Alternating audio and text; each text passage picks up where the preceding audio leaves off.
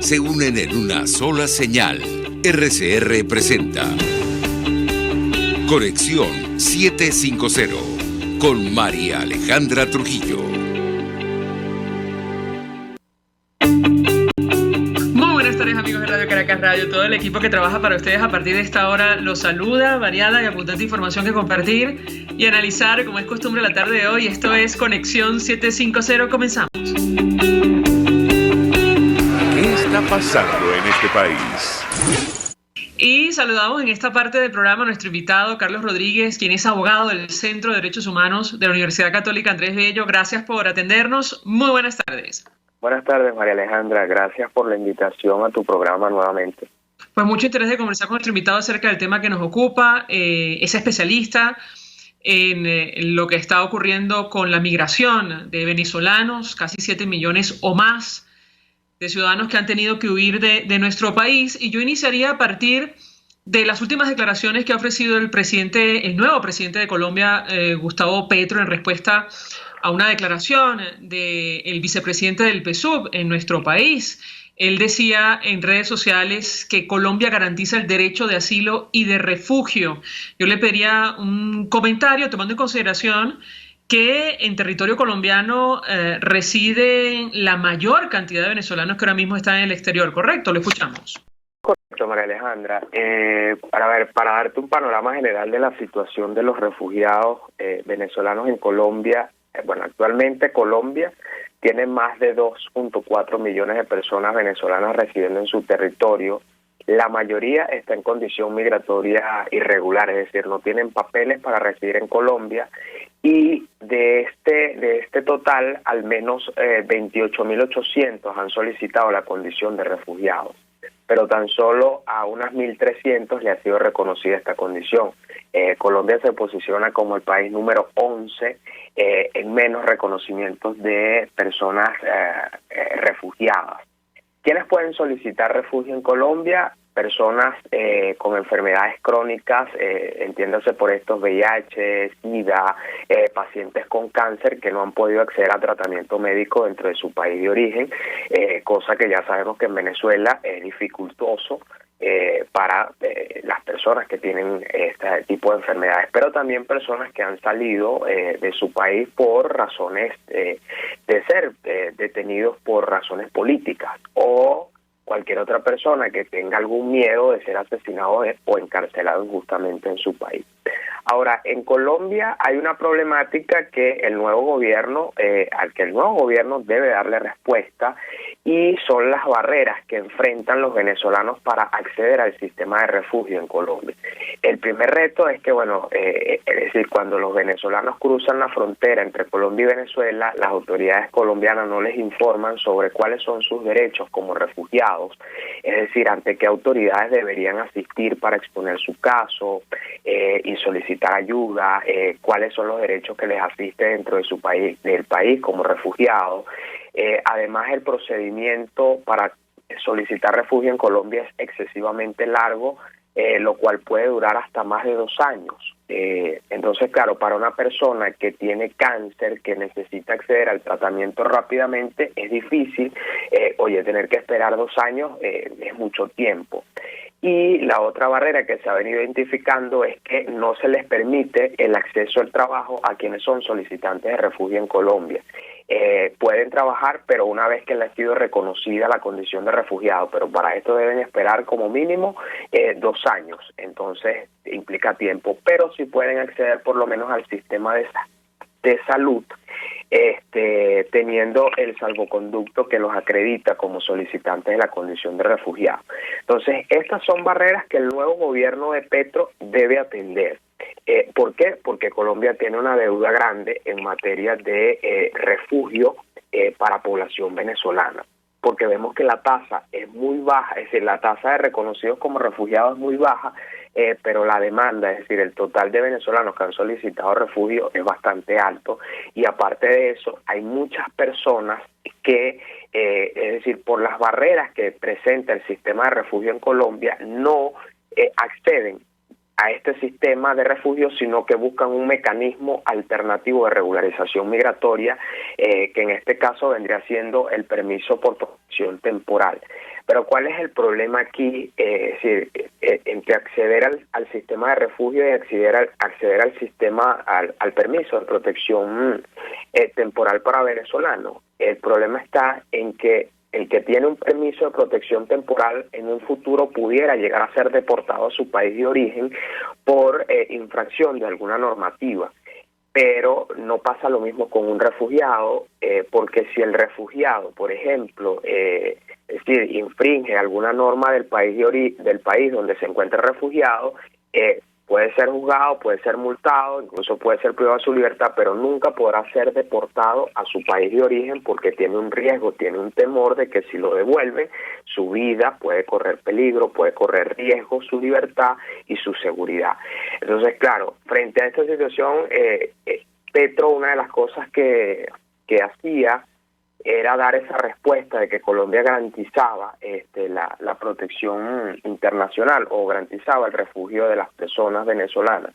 Claro, él lo hace porque sabe que deportar a un refugiado, en primer lugar, implicaría una violación a la normativa nacional colombiana, lo cual puede traer a futuro consecuencias legales, es decir, que se pueda recurrir esas medidas de deportación ante la Corte Suprema Colombiana, con la posibilidad o la probabilidad muy alta de que en un futuro se condene al Estado colombiano y se le pida que restablezca la situación jurídica infringida, o indemnice a las personas que ha deportado, e incluso pudiera demandarse al Estado ante un organismo internacional de protección de derechos humanos por responsabilidad internacional del Estado colombiano al haber deportado. Porque, como vuelvo y repito, los refugiados, las personas que tienen condición de refugiadas, no pueden ser deportadas a su país de origen. Ahora, yo le pregunto, ¿esto está directamente relacionado con la política de la Oficina del Alto Comisionado para los Refugiados de Naciones Unidas o no? Me refiero a la denominación que han hecho de los migrantes venezolanos. ¿Qué puede decirnos? Sí, en efecto, el tema de lo que ha venido señalando ACNUR, que ACNUR califica a los venezolanos como refugiados conforme a la Declaración de Cartagena. Y en efecto, estas declaraciones, claro, tienen que ver, y estas políticas también tienen que ver con esto. Están consono con esto en algunas cosas, pero no en otras, porque, es decir, la recomendación que hacía ACNUR a los estados de que, es decir, adaptaran el sistema de refugio para atender la demanda de venezolanos solicitando refugio, no se ha implementado a un 100% y todavía queda esa deuda pendiente. Entonces es un reto que tiene el gobierno de Gustavo Petro. Ojalá que sí se dé. Hasta ahora es un gobierno que se ha mostrado abierto y al parecer busca la integración de población venezolana y dar continuidad a las buenas políticas que en la anterior administración se habían puesto en práctica. Ahora, si bien esta declaración o mensaje publicado en redes sociales por el nuevo presidente de Colombia, Gustavo Petro, generó cierta tranquilidad en la diáspora y sobre todo perseguidos venezolanos en territorio colombiano, también hay preocupación en torno a lo que se ha denominado como plan de regreso o retorno voluntario. ¿Qué opina usted sobre este punto en específico? Lo escuchamos. Con relación a este tema del retorno voluntario, lo que hasta ahora tengo entendido es que, es decir, esto como que no va, esto al parecer no es algo oficial. Si bien es cierto, lo dijo alguien que trabaja con el presidente, no ha sido confirmada esa información de si realmente se va a implementar un plan y de cuáles son las condiciones en las que se van a hacer. En su momento el diputado Timoteo Zambrano emitió unas declaraciones para un medio colombiano en el cual hablaba también de eso, de un plan de retorno para población venezolana. Sin embargo, es decir, se dice del Estado venezolano que se piensa hacer, pero no desconocemos hasta los momentos cuáles son las medidas que se piensan tomar para garantizar un retorno, en primer lugar voluntario, que sea voluntario, que sea seguro y que sea en unas condiciones dignas. Yo la verdad, te digo honestamente, yo no creo que la gente vaya a retornar voluntariamente, porque para eso tiene que haber un cambio en las condiciones en el país de origen, los cuales no están dadas. Tengo que hacer una pausa para ir a publicidad. Al regreso, quisiera preguntarle a nuestro invitado acerca de lo que está ocurriendo con la diáspora, la migración en general. Sobre todo después de esta declaración de un empresario chavista, el presidente del canal TLT, que tantas reacciones ha generado, denostando de aquellos que se han visto en la necesidad o han tomado la decisión de cruzar el tapón del Darién huyendo de la crisis en Venezuela. Al regreso le pedí un comentario. Ya venimos.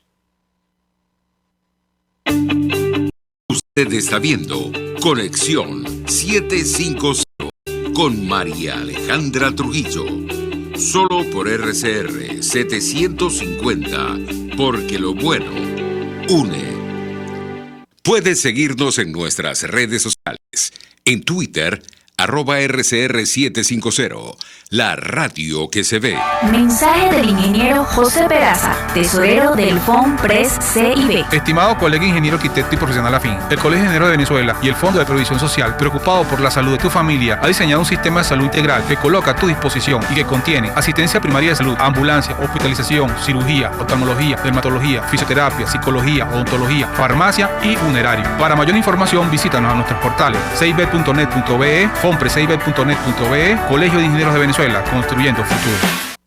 Y ahora quiero hablarte de la estación de servicio del Club Hípico, esa misma frente al Terras Plazas. Te invito a que la sigas en su Instagram, @bpterrazas, donde en su historia están informando permanentemente la dinámica diaria en cuanto al servicio de surtido de gasolina. Con todos los mecanismos de pagos, la bomba Terrazas del Club Hípico cuenta con una gran tienda de conveniencia donde podrás encontrar todo lo que necesitas, tanto para ti como para tu carro, y también con atención de baterías Duncan.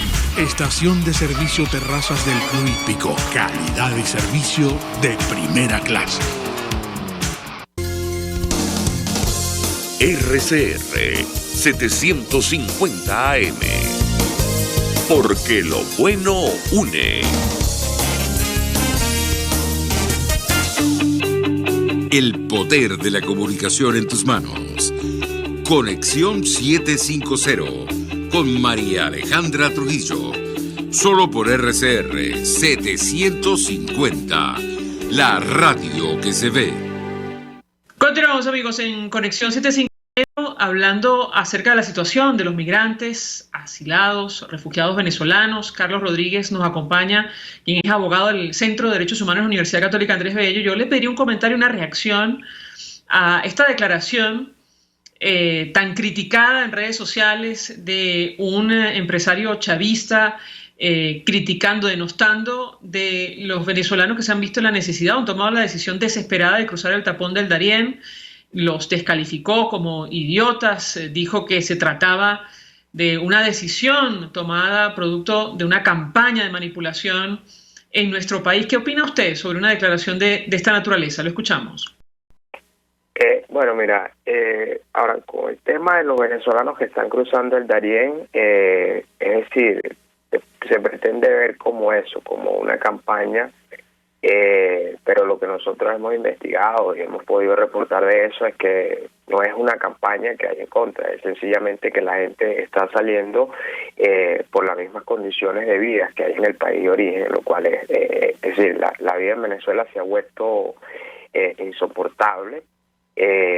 Bueno, por las difíciles condiciones que estamos atravesando, pero los venezolanos que cruzan el Darién no solamente están huyendo de la crisis venezolana, sino también de la crisis que ha impactado a los otros países de la región, producto también de la pandemia y de las condiciones que estamos viviendo a consecuencia de la guerra de Ucrania y Rusia. Estos países, pues la inflación también ha hecho de la suya, y las condiciones laborales para la población venezolana que está, por ejemplo, en países como Ecuador, Perú, el mismo Chile, eso ha dificultado que puedan acceder a condiciones, a ofertas laborales dignas para poder llevar o sostener una mejor calidad de vida. Entonces emprenden la decisión de poder irse hacia los Estados Unidos en busca de una mejor calidad de vida que no pueden conseguir en su propio país, pero tampoco en los terceros países a los que ya han migrado. También es cierto que, bueno, hay mucho engaño con relación al tema de los venezolanos que cruzan el Darién, y cuando me refiero a engaño es relacionado al hecho de las ofertas de cruces por el Darién. Han proliferado muchas ofertas engañosas vía redes sociales, en la cual se le dice a los venezolanos o a los migrantes que cruzan esta selva que eso es un jardín, o que lo van a hacer en condiciones seguras, y la verdad es que, es decir, cruzar el Darién no es nada fácil. Las condiciones son bastante hostiles, lo que puede traer un riesgo para la vida de la población. El exhorto o el llamado siempre es a que las autoridades pues traten de buscar vías seguras para garantizar que esta población que hoy día está cruzando el Darién pueda hacerlo en condiciones mucho más seguras, en condiciones mucho más dignas, y que no implique un riesgo para la vida de ellos. Yo creo que el tema del Darién no es algo para estar digámoslo así, criticando a estas personas, porque el desespero y la necesidad muchas veces es lo que conlleva que estas personas tomen esta decisión que es tan dura y que muchas veces representa un riesgo para ellos mismos. Pero es que además esto responde a la exigencia de visas en varios países de la región, ¿correcto? Para los venezolanos. Sí, en efecto, claro, esto también está asociado con este tema es decir, la tendencia en la región, María Alejandra, es que se les exige visa a la población venezolana. Es decir, solamente Brasil y Colombia son los países que actualmente no están exigiendo visa a población venezolana. Hay otros, pero claro, son muy poco frecuentados por la población venezolana. Pero es decir, la mayoría hacia donde ellos van le están exigiendo visa. Entonces, por ejemplo, antes de enero de este año, los venezolanos que querían ir a Estados Unidos tomaban un avión y se iban, porque claro, no exigían visa en México. Y una vez que llegaban a México, cruzaban el río de manera irregular, obviamente, y ya llegaban a Estados Unidos. Pero ahora, desde enero, porque eso es lo que hemos podido apreciar, que desde enero de este año, tras la exigencia de visa por parte del gobierno de México, se incrementa el paso de venezolanos cruzando el Darién con la intención, como parte de su ruta, para llegar a México y finalmente a los Estados Unidos. Pero también se disminuyó el ingreso de venezolanos a México por vía aérea. Y esto se debe pues a la exigencia de visa. ¿Se tiene conocimiento, información cierta acerca del número de venezolanos que ha cruzado la selva, el tapón, el infierno del Darién? Porque hemos escuchado toda clase de cifras. Hay quienes hablan de más de 50.000 migrantes que han llegado a Panamá por la selva del Darién. Buena parte de ellos son de nacionalidad venezolana. ¿Qué puede decirnos? Bueno, hasta junio del presente año, no estoy incluyendo las cifras de julio y agosto, las cuales honestamente desconozco porque creo que no ha actualizado todavía la Migración Panamá, todavía no ha actualizado esto, no ha sacado ese reporte oficial. Pero hasta junio de este año, el total de venezolanos que habían cruzado la selva del Darién era de 28.000. Un poquito más de 28.000, no llegaban a los 29.000, pero estaba entre esas cifras, 28.000, ahorita no recuerdo el número exacto, pero al menos, decir, desde enero hasta junio de 2022, 28.000 venezolanos habían cruzado la selva del Darién, posicionándose Venezuela como el país, es decir, la nacionalidad que más cruzaba por la selva del Darién, superando y desplazando a números bastante altos a la población haitiana y cubana, que era la que tradicionalmente cruzaba por allí antes de enero del 2022. Entonces estas son las cifras, son cifras oficiales, obviamente, pero es posible que Es decir, que en las cifras oficiales a veces hay subregistros y a lo mejor pueden ser hasta más. No sé, pueden llegar hasta 30.000. Pero para ser conservador y llevarnos por las cifras oficiales, las cifras que se manejan es eso, más de 28.000 venezolanos que han cruzado. Realmente yo le preguntaría si es posible proyectar lo que va a ocurrir con este fenómeno hasta finales de este año. Eso, en primer lugar. Lo que parece evidente es que la migración, la salida de Venezuela no se detiene. Y en segundo lugar, seguramente ha escuchado usted a dirigentes políticos, sobre todo la plataforma unitaria, expresando la necesidad de permitir, facilitar el derecho al voto de estos ciudadanos, más de 7 millones que han salido de nuestro país, de cara a las primarias, pero también de cara a unos eventuales comicios presidenciales. ¿Qué opina usted sobre estos dos puntos en específico? Lo escuchamos. Bueno, la relación es que va a ocurrir con la población venezolana de aquí a diciembre y mucho más. No pudiera darte una proyección porque la verdad es que ahorita no tenemos como que la capacidad para hacer esos, dar esas opiniones. Hacer esos cálculos, digamos. Hacer esos cálculos, digamos. Pero lo que sí te puedo decir es que la migración venezolana, por lo que hemos visto, va a seguir saliendo con el paso del tiempo y el paso de los meses. Y yo creo que va a seguir saliendo y las cifras es decir, ahorita se habla de 6.8 millones de venezolanos. Posiblemente cerremos el año con 7 millones de venezolanos oficialmente registrados. Estamos hablando oficiales, porque si nos vamos a cifras extraoficiales se dice que puede ascender a más de 8 millones, etcétera, cosa que es posible. Ahora, con relación al tema del derecho al voto de la población venezolana, el derecho al voto es un derecho que tienes tu ciudadano de tu país, y el hecho de que te vayas no implica de que lo has perdido. Ahora, allí el tema está en cómo garantizas el derecho al voto para aquella población que está residiendo en países donde no hay consulados venezolanos. Entonces, bueno, ya corresponderá a las autoridades ver cómo buscan implementar los mecanismos para esto. Ya eso es algo que dependerá del jefe de Estado, ver cómo buscan una solución.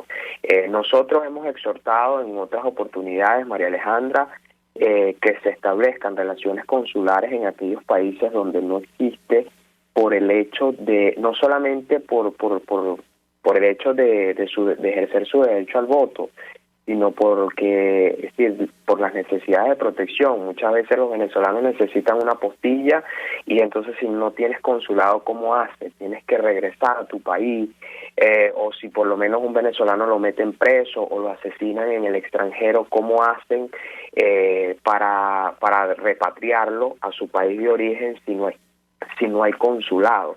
Entonces el consulado representa un mecanismo de protección para la población venezolana. Entonces, bueno, el llamado es a que se establezcan relaciones consulares para que a través de eso los venezolanos puedan seguir disfrutando de sus derechos como venezolanos ahora en el exterior. Carlos Rodríguez, 1.000.000 de gracias por atendernos, acompañarnos estos abogado del Centro de Derechos Humanos de la Universidad Católica Andrés Bello, expresando opinión y análisis acerca del tema que debatimos en esta parte del programa, que tiene que ver con la situación de los migrantes venezolanos y esta declaración, claro está, del nuevo presidente de Colombia, Gustavo Petro, reiterando que su país garantiza el derecho de asilo y refugio en respuesta a una declaración del vicepresidente del PSUV solicitando que Colombia extradite a opositores que residen en territorio colombiano. Gracias. Nosotros vamos a la pausa. Al regreso venimos con más. Estás en sintonía de Conexión 750 con María Alejandra Trujillo. Solo por RCR 750. Porque lo bueno une. Sintonícenos a través de Periscope @RCR750, la radio que se ve.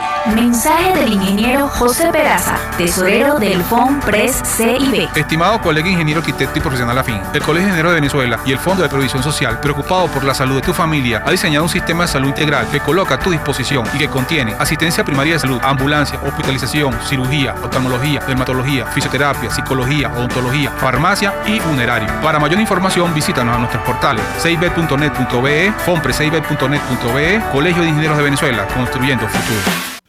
Mis amigos, quiero hablarles de Dilab Biodiagnóstica, un nuevo laboratorio clínico con un concepto original. Además de estar dotado con los equipos de la más reciente tecnología y el personal de más alta calificación, Dilab Biodiagnóstica te ofrece ambiente y trato amables y los precios más económicos en todos tus exámenes de laboratorio. Pide tu cita en el 0212-945-5788. Dilab Biodiagnóstica. Precisión y confianza en laboratorio clínico.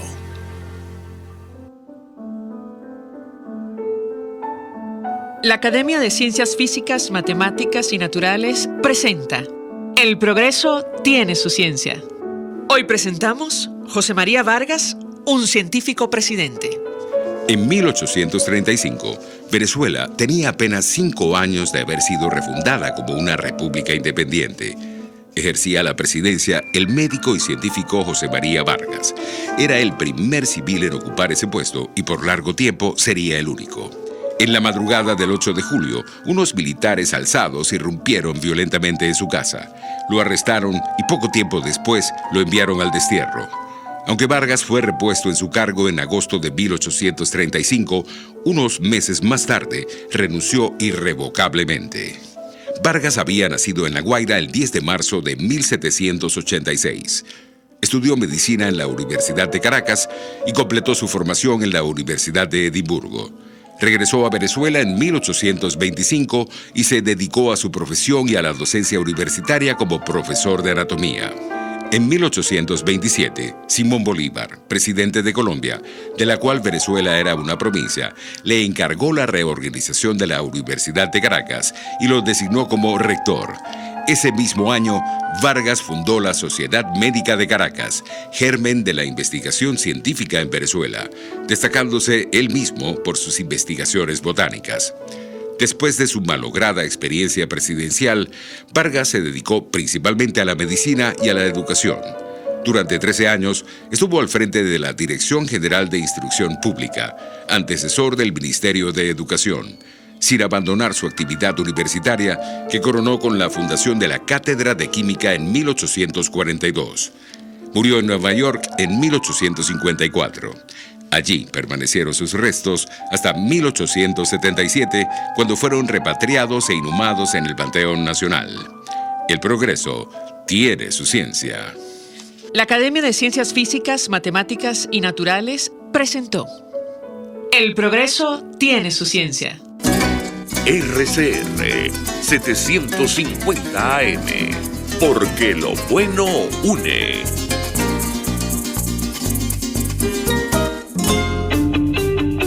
María Alejandra Trujillo te acompaña en Conexión 750, solo en RCR 750, la radio que se ve. Claro y raspado. Continuamos, amigos, en Conexión 750. Y en esta parte del programa saludamos al profesor Benigno Alarcón, director del Centro de Estudios Políticos y de Gobierno de la Universidad Católica Andrés Bello. Profesor, gracias por atendernos. Muy buenas tardes. Gracias a ti y a tu equipo por la oportunidad de conversar con tu audiencia. Pues mucho interés de conocer su opinión y análisis acerca del tema que nos ocupa, que tiene que ver con las primarias de la plataforma unitaria. Profesor, yo le pediría un comentario. Usted decía en una declaración reciente dentro de la oposición se vive un dilema prisionero, hay confrontación de todos contra todos, fraccionamiento y debilitamiento de la alternativa, de todo su liderazgo. ¿Qué puede decirnos? Lo escuchamos. Sí, bueno, cuando hablábamos de un dilema de prisionero, básicamente, bueno, esto es digamos, el lenguaje de teoría de juegos. La idea no es tampoco caer en una clase de teoría de juegos en tu programa. Pero básicamente esas situaciones de dilema de prisionero son situaciones que se caracterizan porque todos los que juegan en ella ganarían mucho más si cooperaran. Pero siempre existe la posibilidad de que yo no coopere y los otros lo hagan conmigo, y si yo no coopero y los otros hacen conmigo, pues yo ganaría mucho más. Al final del día, lo que termina sucediendo en situaciones de dilema del prisionero es que todo el mundo haciendo el cálculo egoísta de que puede ganar más si él no coopera y los otros se ven obligados a cooperar, al final nadie coopera y todos terminan perdiendo, ¿no? Y eso es un poco la situación que nosotros hemos visto en la oposición en más de una oportunidad, ¿no? Donde las ambiciones, nuevamente no quiero calificarlas de negativas necesariamente. El que es político para hacer carrera como político y para llegar a los máximos cargos que pueda, pero las ambiciones personales e individuales de alguna manera se terminan imponiendo sobre el interés colectivo y terminan de alguna manera haciendo que todos perdamos, porque no solamente pierden los actores que juegan, los actores que compiten entre ellos, sino que al final perdemos todos los que queremos un cambio político en el país y que queremos volver a vivir otra vez en democracia. Ese es básicamente el problema que tenemos. Entonces yo creo que una forma de resolver ese dilema de prisionero básicamente es una primaria. ¿Por qué? Bueno, porque cuando la gente no se puede poner de acuerdo, alguien tiene que hacer de juez o de árbitro, ¿no?, en esa competencia.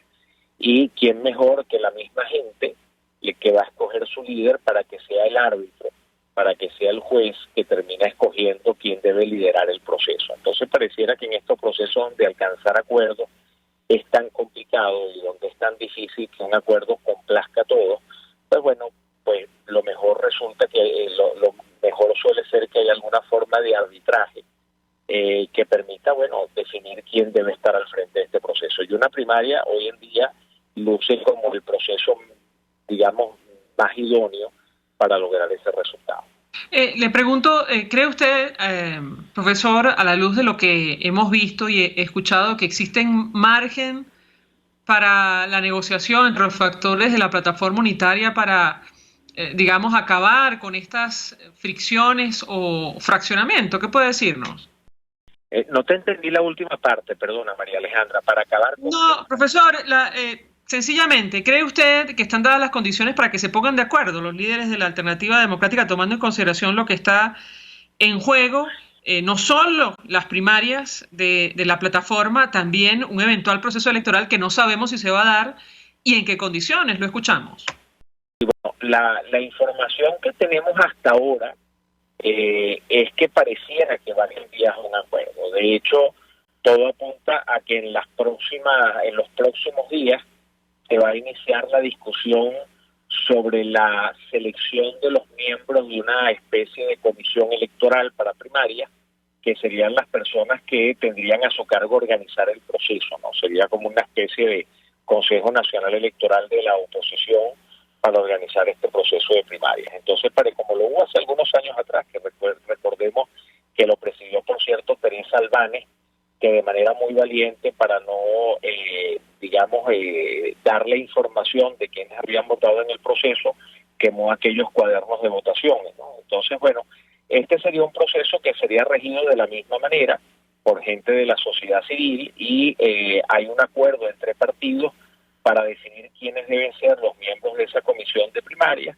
Y adicionalmente, la otra parte del acuerdo, que por lo menos suena bien, suena lógico, es que nadie de los que forme parte de esa comisión debe ser parte de un partido político, sino que deben ser personas independientes, con buena reputación y digamos que confiables para la mayoría de la sociedad venezolana. Entonces eso suena bien, yo creo que eso es un buen camino y pareciera que sobre eso ya hay acuerdo. Donde ha habido algunas diferencias y donde digamos que las diferencias no han sido todavía solventadas plenamente, es en relación, por ejemplo, al tema de la fecha de las primarias. Y otra discusión tiene que ver con qué se hace con los inhabilitados, si los inhabilitados compiten o no en la primaria. En relación al primer punto, que es la fecha de la primaria, por supuesto que aquellos actores que hoy en día sienten que están en una mejor posición para ganar la primaria, les interesa, bueno, que la primaria se haga lo antes posible. Y aquellos que sienten que todavía no llegó su momento, que no se han logrado posicionar y que tienen la esperanza de poder posicionarse más adelante, pues obviamente prefieren que la primaria no se haga ya sino que se haga más adelante.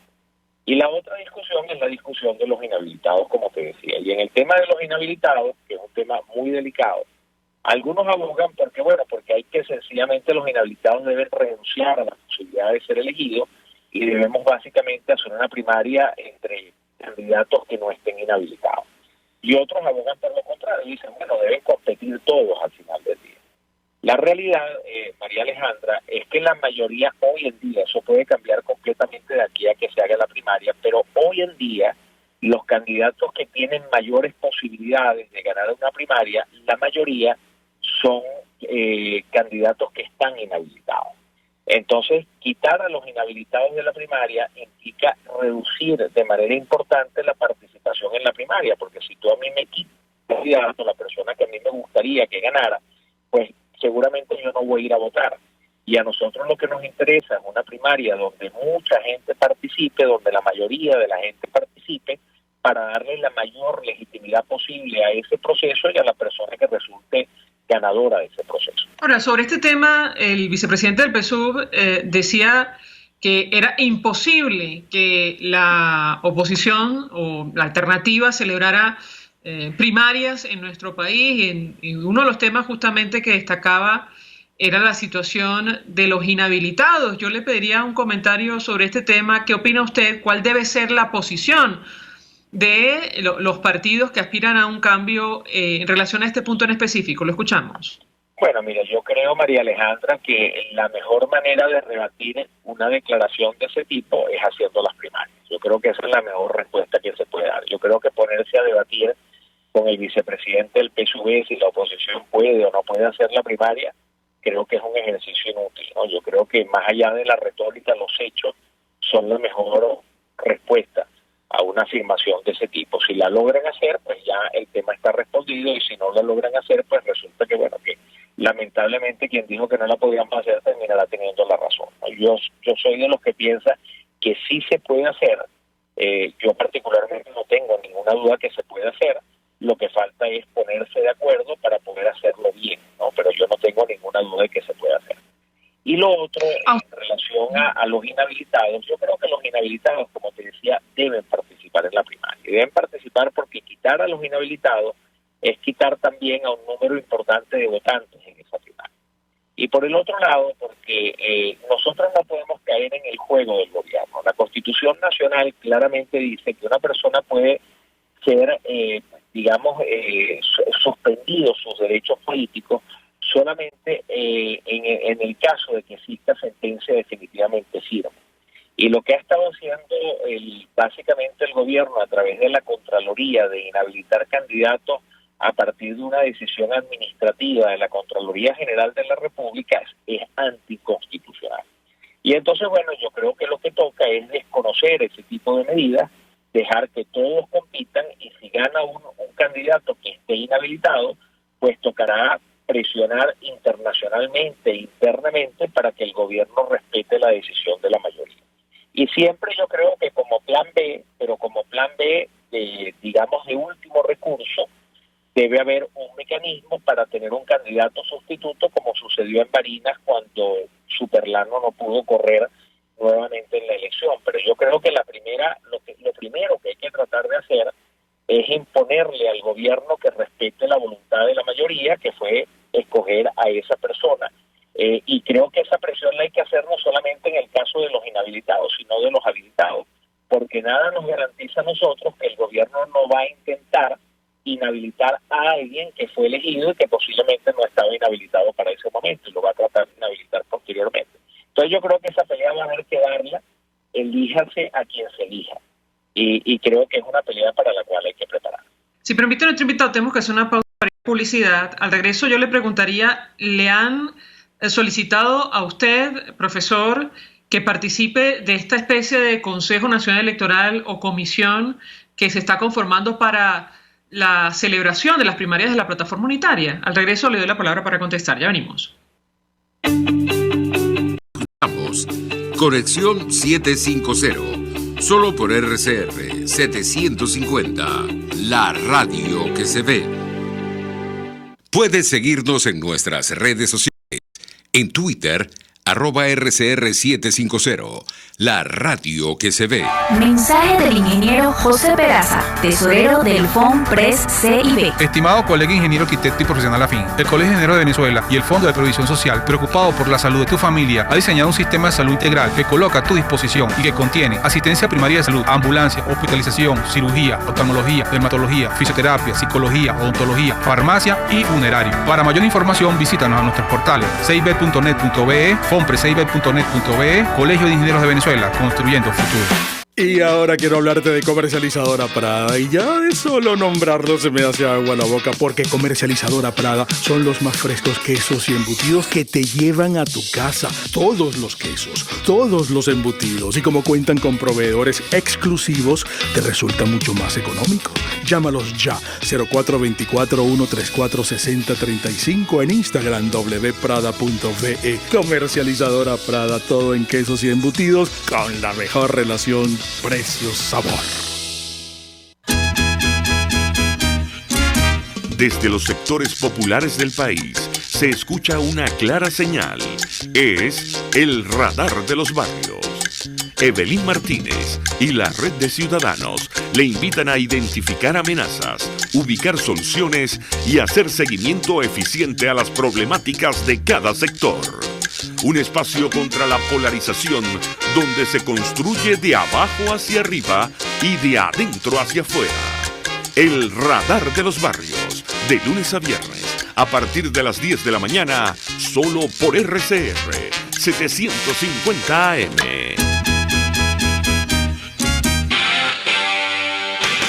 RCR 750 AM. Porque lo bueno une.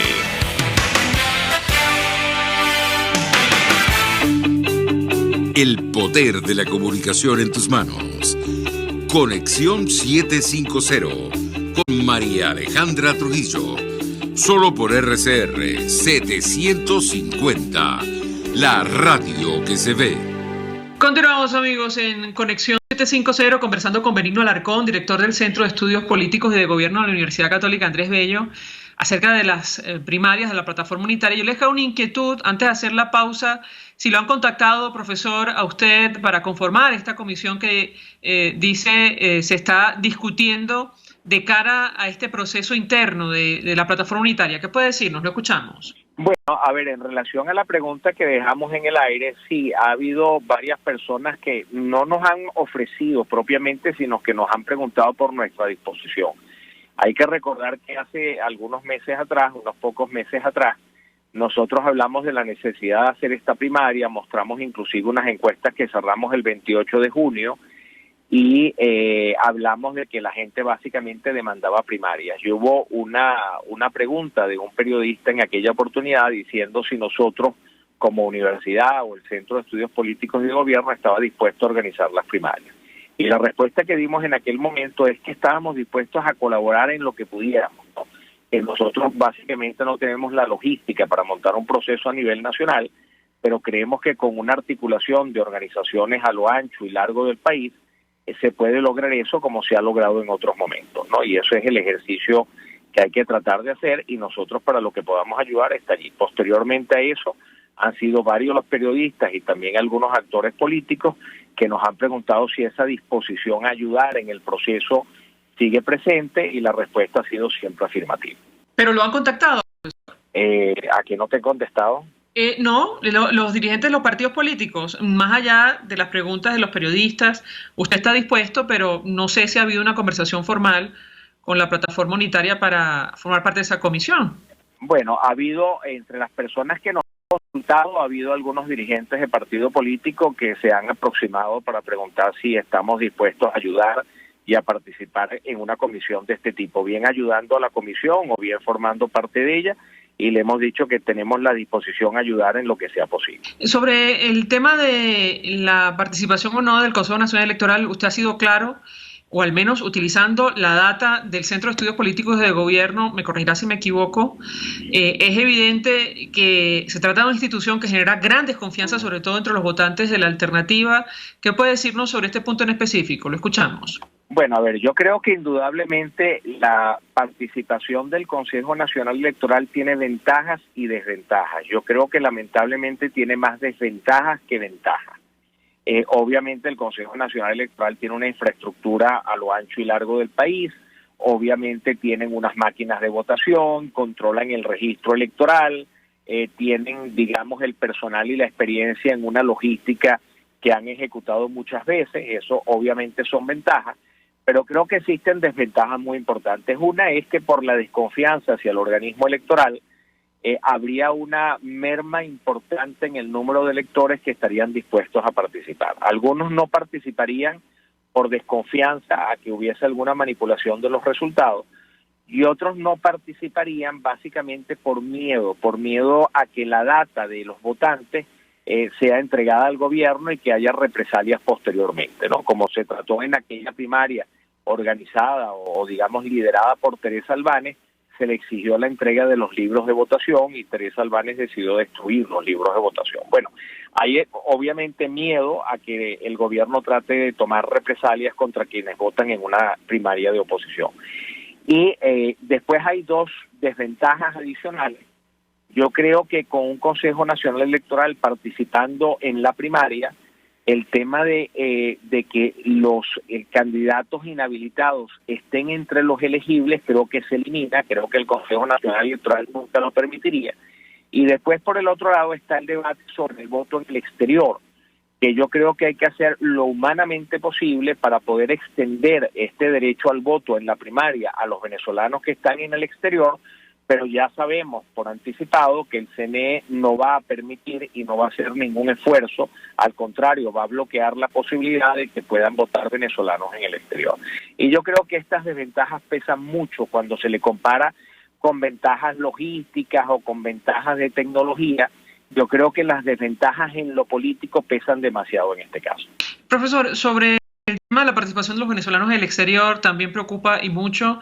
Con nuestro invitado anterior hablábamos de la diáspora, 7 o más de 7 millones de ciudadanos que han tenido que huir de nuestro país. Algunos dirigentes han exigido incluso que se les tome en cuenta, que se facilite su participación. ¿Qué puede decirnos sobre este punto en específico? Lo escuchamos. Bueno, yo soy un total convencido de que hay que buscar la manera de que la diáspora pueda participar. Yo puedo entender las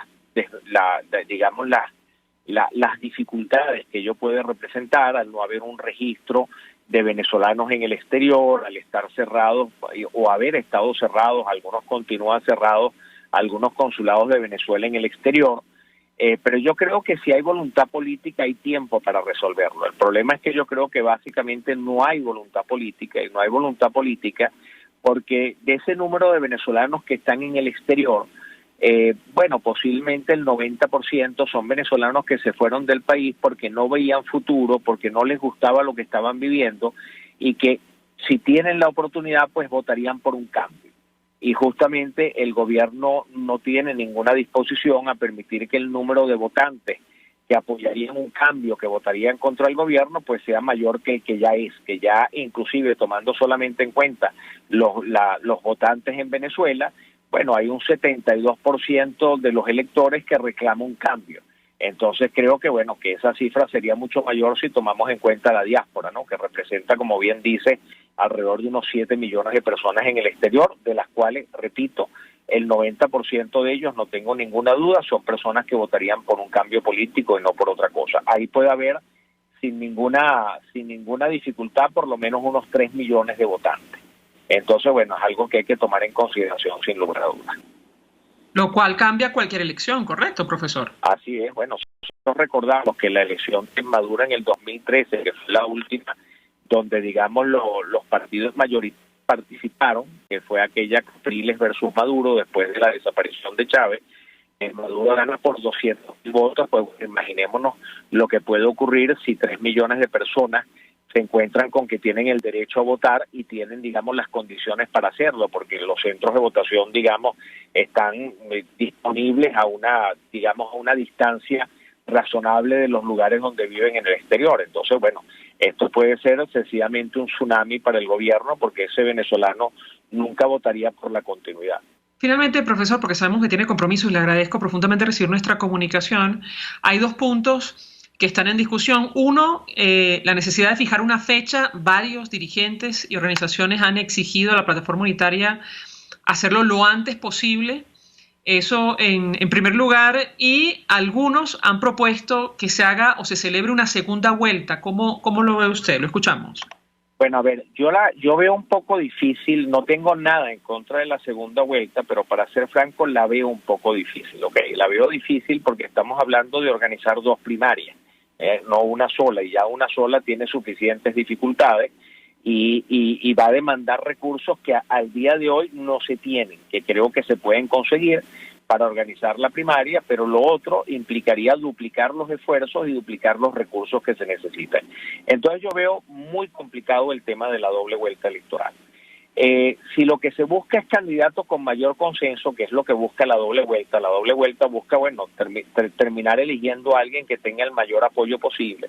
Existen otros mecanismos como la selección múltiple, o sea, como pedirle al elector que en vez de votar por una sola persona, vote por 2 o 3 personas, lo cual permite ver en ese cruce de votos donde alguien va a votar por el suyo, pero también va a votar por otros que no son necesariamente su primera opción, pero con las cuales se siente a gusto o se siente cómodo, es lo que va a terminar dando un candidato de mayor, digamos, de mayor apoyo y de mayor consenso, ¿no? Eso sería una solución a ese tema. En relación a la fecha, como te decía antes, hay un grupo de personas, sobre todo de actores políticos, de aspirantes, que quisieran que la primaria fuera ya porque están en posición de ganarla hoy, y otros que quisieran que se postergara porque no se ven todavía ganando la primaria y prefieren pues darle largas al asunto a ver si el día de mañana están en una mejor posición. La realidad del asunto es que, en mi opinión personal, lo que le conviene al país es hacer este proceso lo antes posible. ¿Y por qué? Porque puede haber un antes y un después de la primaria. Hoy en día la oposición básicamente no tiene un liderazgo claramente definido, la primaria nos daría un liderazgo claramente definido. Hoy en día la oposición no está organizada para competir electoralmente. El hecho de que haya un candidato definido obliga a ese candidato a montarse en un esfuerzo serio para poder organizarse para ganar esa elección. Y después el hecho de que la oposición tenga ya un líder y la oposición empiece a trabajar en la organización de cara al 2024, coloca al gobierno en una posición mucho más complicada porque todas estas cosas implican un fortalecimiento importante de la oposición y eso tiene incluso un efecto en los temas de negociación. Yo sí siento que alguien es muy débil, si el gobierno siente que la oposición es muy débil y no representa ninguna amenaza, porque no está organizada, porque no tiene líder, porque está dispersa, porque está difusa, pues el gobierno no tiene ningún incentivo para negociar con una oposición que estima fácilmente derrotable. Pero si el gobierno ve que se encuentra ante una oposición que empieza a articularse, que empieza a organizarse, que tiene un liderazgo legitimado a través de una primaria, yo creo que la película cambia 180 grados y el gobierno entonces tiene que empezar a pensar seriamente en que la posibilidad de ser derrotado la tiene enfrente y más vale negociar cuando todavía se tiene el poder que intentar hacerlo cuando ya no se tiene. Profesor Benigno Alarcón, gracias por atendernos, acompañarnos estos minutos, director del Centro de Estudios Políticos y de Gobierno de la Universidad Católica Andrés Bello, ofreciendo detalles e información valiosa acerca del tema que debatimos en esta parte del programa que tiene que ver con las primarias de la plataforma unitaria para elegir un candidato o un líder de la alternativa democrática en nuestro país de cara a unos eventuales comicios presidenciales. Gracias. Nosotros nos despedimos y lo hacemos a nombre de Jaime Nestares, de la Dirección General de la Estación, en la gerencia de producción Willy Chacaya, en la producción Jay Pacheco, en los controles Gregorio González, quien tuvo el inmenso placer de acompañarles, María Alejandra Trujillo.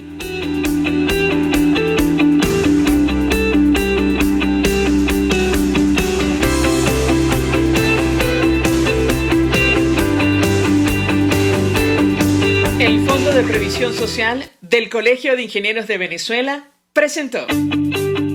RCR presentó Conexión 750 con María Alejandra Trujillo. Solo por RCR 750, la radio que se ve. RCR 750 AM, porque lo bueno une.